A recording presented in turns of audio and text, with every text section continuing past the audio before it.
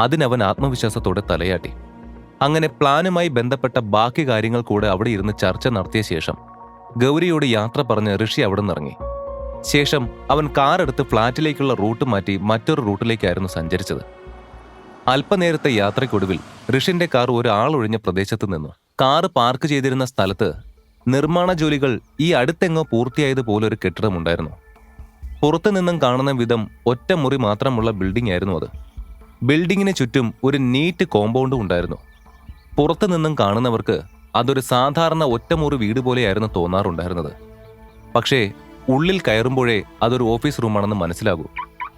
Car lock ചെയ്ത ശേഷം ഋഷി പതിയെ കാറിൽ നിന്നും ഇറങ്ങി ആ റൂമിൽ പ്രവേശിച്ചു. അവന്റെ കണ്ണുകൾ ക്ഷമയോടെ മുറിക്ക് ചുറ്റും ഓടി നടന്നു. ഒരു സ്വകാര്യ ഓഫീസ് റൂമിനുള്ള സാധാരണ സജ്ജീകരണമായിരുന്നു അവിടെ ഉണ്ടായിരുന്നത്. ചുറ്റും നോക്കിയ ശേഷം ഋഷി പതിയെ നടന്ന് അവിടെയുള്ള വലിയ ബുക്ക് ഷെൽഫിന്റെ അടുത്തേക്ക് ചെന്നു. ശേഷം അതിന്റെ മുകളിൽ ആരും ശ്രദ്ധിക്കാത്ത വിധമുണ്ടായിരുന്ന ഒരു സീക്രട്ട് ബട്ടണിൽ അവൻ അമർത്തി. അത് അമർത്തിയതും ആ റൂമിൽ തന്നെ ഋഷി നിന്നിടത്ത് പിന്നിലായി ഉണ്ടായിരുന്ന മേശ നീങ്ങി അതിന് താഴെയുള്ള ഫ്ലോറിലേക്ക് വഴി തെളിഞ്ഞു. അവിടേക്കായി പടവുകളും പതിയെ പ്രത്യക്ഷപ്പെട്ടു. ആ പടവുകൾ വഴി താഴേക്കിറങ്ങിയ ഋഷി മൂന്നാമത്തെ പടവിലെത്തിയതും ഒന്ന് നിന്നു. ശേഷം അവിടെ ഒന്ന് താഴ്ന്നു നിന്ന് ആ പടവിന് പിന്നിലുണ്ടായിരുന്ന ഒരു ബട്ടണിൽ അമർത്തി. അപ്പോഴേക്കും ഋഷി പ്രതീക്ഷിച്ച പോലെ മുകളിൽ നേരത്തെ തുറന്നു വന്ന വഴി അടഞ്ഞു. ഗ്രൗണ്ട് ഫ്ലോറിലെ തറയും മേശയും പഴയ കണക്കിന് സാധാരണ പോലെയായി. പെട്ടെന്ന് അങ്ങോട്ട് ആരെങ്കിലും വന്നാലും അണ്ടർഗ്രൗണ്ടിൽ ഇങ്ങനെയൊരു സീക്രട്ട് ഏരിയ ഉണ്ടെന്ന സംശയമൊന്നും തോന്നില്ല. ഋഷി സമാധാനമായി പതിയെ പടികളിലൂടെ ഫ്ലോറിലേക്ക് ഇറങ്ങി. താഴെ എത്തിയതും ഋഷി അവിടെ ചുമരിൽ സ്വിച്ച് കണ്ടെത്തി. താമസിയാതെ അവിടെ വെളിച്ചവും തെളിഞ്ഞു. ആ വെളിച്ചത്തിൽ അവന്റെ മുൻപിൽ തന്നെ ഒരു വലിയ ഹൈടെക് ലബോറട്ടറി കാണാമായിരുന്നു. തമാശയ്ക്കായി ഉണ്ടാക്കിയ പച്ചമരുന്ന് ആദ്യം ആന്റണിക്ക് വിറ്റപ്പോൾ അതിൽ ഋഷി പ്രതീക്ഷിച്ചതിലും ലാഭമുണ്ടായിരുന്നു. അന്നേ ഋഷിൻ മനസ്സിൽ കരുതിയതായിരുന്നു ആ മെഡിസിൻ ഡീൽ ഒരു ബിസിനസ് ആക്കി വളർത്തിയെടുക്കണമെന്ന്. മരുന്നുകൾ കൂടുതൽ എണ്ണത്തിലും കുറഞ്ഞ സമയത്തിലും ഗുണമേന്മയിലും നിർമ്മിക്കാൻ ഋഷിക്ക് താല്പര്യമുണ്ടായിരുന്നു. പക്ഷേ അതിനായി അന്ന് മനസ്സിൽ ലാബ് എന്ന പോലെ ഒരു ആശയം ഉദിച്ചിരുന്നില്ല. പൂർണ്ണരൂപം കിട്ടിയില്ലെങ്കിലും പിന്നീട് എന്തെങ്കിലും ഉപകാരപ്പെടുമെന്ന് കരുതി ഋഷി പെട്ടെന്ന് തന്നെ ആ മരുന്ന് വികസിപ്പിക്കാനായി ഒരു രഹസ്യ സ്ഥലം ഉണ്ടാക്കാൻ തീരുമാനിച്ചിരുന്നു. ലാബിലേക്ക് ആവശ്യമായ ഉപകരണങ്ങളെല്ലാം വാങ്ങി ദിവസങ്ങൾക്ക് മുൻപാണ് ലബോറട്ടറി ഈ കാണുന്ന വിധം പൂർണ്ണമായും സജ്ജീകരിച്ചത്. ഗ്രൗണ്ട് ഫ്ലോറിൽ കണ്ടതുപോലെ താഴെയും ഒരു ബുക്ക് ഷെൽഫ് ഉണ്ടായിരുന്നു. ഋഷി നേരെ അതിനടുത്ത് ചെന്നു. ഗൗരിയിൽ നിന്നും കൊണ്ടുവന്ന 2 പുസ്തകങ്ങളും സൈമണിൽ നിന്ന് കിട്ടിയ ആ ഒരു പുസ്തകവുമായിരുന്നു ഷെൽഫിന്റെ ആദ്യ നിരയിൽ സ്ഥാനം പിടിച്ചത്. അതിനു പുറമെ ലോകമെമ്പാടുമുള്ള ഔഷധ സസ്യങ്ങളെക്കുറിച്ചുള്ള നിരവധി പുസ്തകങ്ങൾ അതിന് താഴെ തട്ടിലായി ക്രമീകരിച്ചിരുന്നു. ഋഷി താൻ പടുത്തുയർത്താൻ പോകുന്ന ഈ സാമ്രാജ്യത്തിന്റെ ഓരോ ചുവടുകളായി മുൻപിലേക്ക് വെക്കുകയായിരുന്നു. ബിസിനസ്മാൻ എന്ന ലേബലിൽ അറിയപ്പെട്ടിട്ടും തനിക്ക് ചുറ്റും എത്രയോ അധികം പ്രശ്നങ്ങൾ ഉണ്ടായിട്ടും അവൻ തന്റെ ബിസിനസ്സിലെ ശ്രദ്ധ തെറ്റിച്ചില്ല. ട്രൈവ് മീഡിയ അവൻ തന്റെ വിജയത്തിന്റെ ആദ്യ അടയാളമായായിരുന്നു കരുതിയത്. ലക്ഷ്മണിനൊപ്പം താൻ തുടങ്ങാൻ പോകുന്ന ഹോട്ടൽ തന്റെ 2ാമത്തെ വിജയമായി അവൻ കണക്കുകൂട്ടി. അതിനിടയിൽ തന്റെ ഈ ഹെർബൽ മെഡിസിനെ പറ്റിയുള്ള വിവരങ്ങൾ വിധി പോലെ പല വഴിയിലൂടെയും തന്നെ തേടി വന്നപ്പോൾ അതായിരിക്കാം തന്റെ അടുത്ത വിജയമെന്ന് ഋഷി കണക്കുകൂട്ടി. അതിനാലായിരുന്നു ഋഷി അതിനായി ഇങ്ങനെയൊരു ലാബ് തന്നെ സ്ഥാപിച്ചത്. ഇങ്ങനൊരു ലാബിന് തന്റെ ഫ്ളാറ്റ് യോജിച്ചതല്ലെന്നുള്ള അനുമാനത്തിലായിരുന്നു ഋഷി ഈ സ്ഥലം വാങ്ങി ഇങ്ങനൊരു രഹസ്യ ലാബ് ഇവിടെ തുടങ്ങിയത്. ബുക്ക് ഷെൽഫിന് നേരെ എതിർവശത്തായി മറ്റൊരു വലിയ ഷെൽഫുണ്ടായിരുന്നു.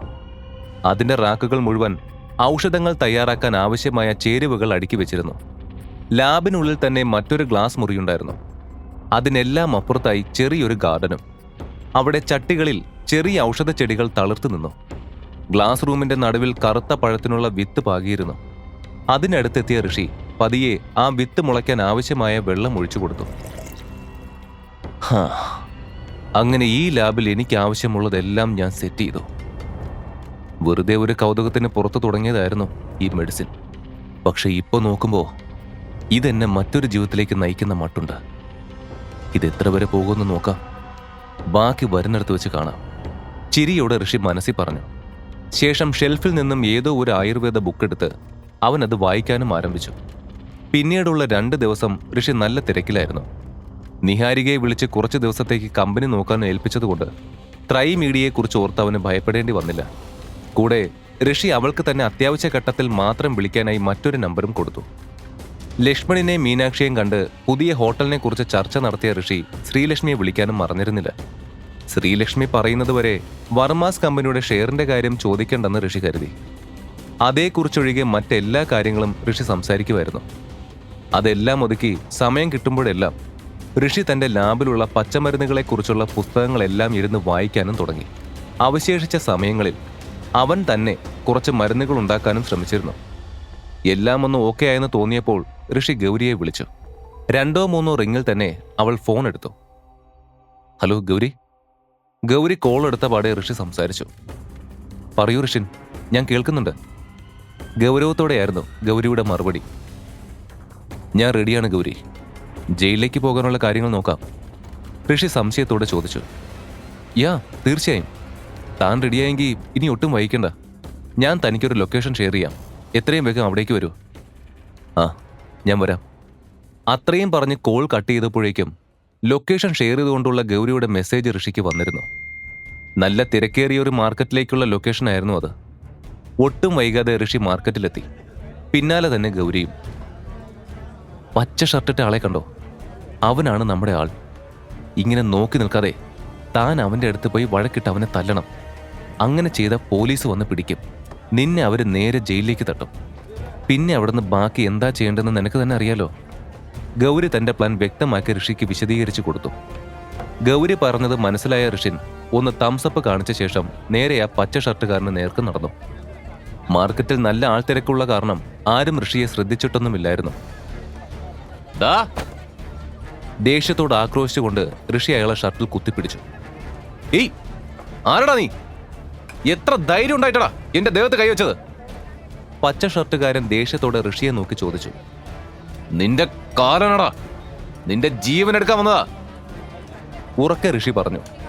മര്യാദയില്ലാത്ത റൗഡികളെ പോലെ ഇരുവരും തമ്മിൽ അങ്ങനെ ആ തർക്കം ആരംഭിച്ചു. പെട്ടെന്ന് തന്നെ അവിടെ ഉണ്ടായിരുന്ന ആളുകൾ അവർക്ക് ചുറ്റും തടിച്ചുകൂടി. താമസിയാതെ ഗൗരി പറഞ്ഞതുപോലെ പോലീസ് സ്ഥലത്തെത്തി. ദൂരെ അവൾ വരുന്നത് കണ്ട ഋഷി പെട്ടെന്ന് തൊട്ടടുത്ത കടയിൽ നിന്ന് ഒരു ചില്ലു കുപ്പിയെടുത്ത് ആ പച്ച ഷർട്ട് ധരിച്ച ആളുടെ തോളിലടിച്ചു. അവിടെ നിന്നവരെല്ലാം അത് കണ്ട് ഞെട്ടി. എന്തിനേറെ, ദൂരെ നിന്ന് എല്ലാം നോക്കി നിന്ന ഗൗരി വരെ അമ്പരന്നു. അഭിനയിക്കാൻ പറഞ്ഞിട്ട് ഇവൻ എന്താ ഈ കാണിക്കുന്നേ? ദൈവമേ, ഗൗരി ഞെട്ടലോടെ സ്വയം ചോദിച്ചുപോയി. താൻ ഏർപ്പാട് ചെയ്ത ആൾക്കൊന്നും സംഭവിക്കരുതേ എന്നായിരുന്നു ആ നിമിഷം അവളുടെ പ്രാർത്ഥന. അപ്പോഴേക്കും പോലീസുകാർ ഓടി വന്ന് ഋഷിയെ വലിച്ച് ജീപ്പിൽ കയറ്റിയിരുന്നു. ജീപ്പിൽ കയറിയ ഋഷി ഗൗരിയെ ഒരു നിഗൂഢമായ പുഞ്ചിരിയോടെ നോക്കി അവിടെ നിന്നും പോയി. എന്നാലും ഇവൻ എന്താ സ്ക്രിപ്റ്റിലില്ലാത്ത കാര്യങ്ങളൊക്കെ ചെയ്ത്? ഋഷി പോണതും നോക്കി ഗൗരി അമ്പരപ്പോടെ ഓർത്തു. പോലീസ് സ്റ്റേഷനിലെത്തി അരമണിക്കൂറിനുള്ളിൽ തന്നെ എല്ലാ നടപടിക്രമങ്ങളും പൂർത്തിയാക്കിയ ശേഷം ഋഷി ജയിലിൽ പ്രവേശിച്ചു. പകൽ സമയമായതിനാൽ ജയിൽ നിവാസികളെല്ലാം ഓരോ ഭാഗത്തായിരുന്നു. ഋഷിയാണെങ്കിൽ അവിടെ മുഴുവൻ കണ്ണുകൾ കൊണ്ട് ഗൗരി പറഞ്ഞ ആ ജയിൽ പുള്ളിക്കായി തിരയുകയായിരുന്നു. അയാളുടെ ഫോട്ടോയും പേരുമെല്ലാം ഋഷിക്ക് ഗൗരി പറഞ്ഞു കൊടുത്തിരുന്നു. ഡാർവിൻ ഫിലിപ്പ്, എവിടെയാണോ താൻ? ഋഷി മുൻപിലേക്ക് നടന്നുകൊണ്ട് സ്വയം പിറുവിറുത്തു. ഡാർവിൻ ഫിലിപ്പ്, ദാ താൻ ചോദിച്ച ബുക്ക്. പെട്ടെന്ന് ഋഷിയെ മറികടന്നു പോയ ഒരു പോലീസ് ഓഫീസർ ആരെയോ നോക്കി വിളിച്ചു പറഞ്ഞു. ആ പേര് കേട്ടതും ഋഷി ഞെട്ടലോടെ ആ പോലീസുകാരൻ പോയ വഴിക്ക് നേരെ നോക്കി. Thank you. പോലീസുകാരന്റെ കയ്യിൽ നിന്നും ആ ബുക്ക് കൈപ്പറ്റിക്കൊണ്ട് ആ മനുഷ്യൻ പറഞ്ഞു. അപ്പോഴാണ് ഋഷി ആദ്യമായി ഡാർവിൻ ഫിലിപ്പിനെ കണ്ടത്. അയാളുടെ പെരുമാറ്റവും രൂപവും ഋഷിയെ ആകെ ഞെട്ടിച്ചു കളഞ്ഞു. ഇത് മാടിനെ പ്രതീക്ഷിച്ചപ്പോ ഏതോ മാടപ്രാവാണല്ലോ മുമ്പില്. ഡാർവിനെ നോക്കി ഋഷി മനസ്സിൽ മന്ത്രിച്ചു. ഒരു നിമിഷം ശരിക്കും ഗൗരി പറഞ്ഞ ആ ഡാർവിൻ ഇത് തന്നെയാണോ എന്ന് വരെ ഋഷി ഒരു നിമിഷം ഓർത്തുപോയി.